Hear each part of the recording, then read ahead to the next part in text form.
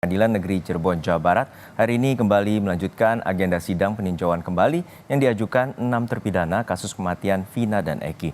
Agendanya mendengarkan testimoni Titin Prialianti, kuasa hukum 6 terpidana tahun 2016 silam. Dalam sidang, Titin membeberkan testimoni soal apa yang ia dalami selama mendampingi 6 napi saat awal kasus ini mencuat. Titin juga akan menyertakan berkas untuk membuktikan kebenaran testimoninya. Selain itu, dalam sidang hari ini, kuasa hukum 6 terpidana juga akan membawa bukti hasil ekstraksi ponsel Widi dan Mega, dua rekan Vina. Keduanya memiliki riwayat percakapan sesaat sebelum ditemukan tewasnya di jembatan layang. Tokoh Jawa Barat Deddy Mulyadi juga sempat menghadiri sidang peninjauan kembali 6 terpidana kasus Vina dan Eki. Dalam sidang, Deddy Mulyadi memberikan keterangan berdasarkan kesaksian dari orang lain atau testimonium de audito.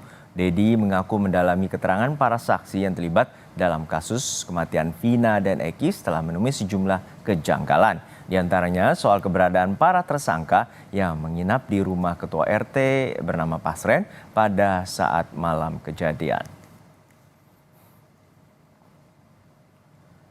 Sudah ada jurnalis Kompas TV Muhammad Syahri Ramdon di Pengadilan Negeri Cirebon, Jawa Barat. Syahri, untuk saat ini sidang mengagendakan mendengarkan testimoni dari mantan kuasa hukum 6 terpidana yakni bernama Titin Prialianti, dan apa saja yang telah disampaikan dan berkas apa saja yang telah dikemukakan.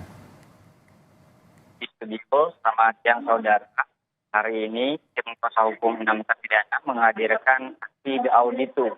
Artinya orang yang pernah mendengar dan juga memberikan kesaksian di tahun 2016 dan saat ini juga maksud kami pernah mendalami pada saat itu mendengar cerita dari terpidana dan saat ini memberikan kesaksiannya di hadapan majelis hakim.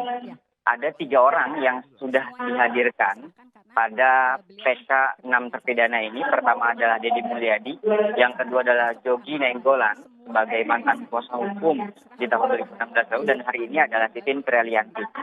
Sejak pukul 10.40 tadi, pada saat pertama kali Titin memberikan kesaksiannya kepada majelis hakim, Titin memberikan banyak cerita. Pada awal mula Titin menjadi kuasa hukum 6 terpidana, di mana pada tanggal 31 Agustus Titin didatangi oleh salah satu keluarga yang ditangkap pada saat itu. Kemudian tanggal 1 September Titin mulai berusaha untuk menemui, namun tidak dapat ditemui 6 terpidana tersebut di Polres Cirebon Kota. Bahkan yang Titin dan keluarga terpidana kagetkan adalah tersebarnya foto 6 terpidana dengan kondisi muka yang penuh dengan luka. Dan pada tanggal 2 September justru Titin mendapatkan informasi bahwa 6 terpidana sudah dipindahkan dari Polres Cirebon Kota dibawa ke Polda Jawa Barat dengan berbagai macam alasan. Hingga akhirnya Titin tidak dapat menemui 6 terpidana dan pertama kali menemui pada saat rekonstruksi di akhir September 2016 lalu. Titin juga memberikan bukti-bukti banyak terkait surat menyurat yang pernah dia lakukan. Misal, pada saat itu setelah mendapatkan foto yang mengalami 6 terpidana ini mengalami banyak luka-luka, Titin mendapatkan dan membuktikan itu, melaporkan bukti itu ke Propam Polda Jawa Barat, juga melaporkan ke Komnas HAM dan beberapa pihak lainnya untuk mendapatkan keadilan, namun tidak mendapatkan respon cepat pada saat itu. Titin juga berusaha untuk terus mendampingi dan bahkan dalam sidang kali ini Titin memberikan kesaksian dengan beberapa kali mengeluarkan air mata dengan cerita kesaksian pada saat itu 6 terpidana mendapatkan luka, disiksa oleh oknum kepolisian dan lain sebagainya. Titin dihadirkan oleh tim kuasa hukum untuk memberikan pungkasan atau cerita akhir dari proses PK 6 terpidana ini, karena sudah tidak ada lagi rencananya saksi atau ahli yang dihadirkan. Dan terakhir adalah bagaimana tim kuasa hukum menghadirkan hasil ekstraksi bukti chat komunikasi antara dari HP Widi yang pernah sempat berkomunikasi bercakap-cakap dengan Vina beberapa saat sebelum Vina dan juga Eki ditemukan tewas di jembatan layang sekitar pukul 22.00 pada tanggal 27 Agustus 2016 lalu. Juno.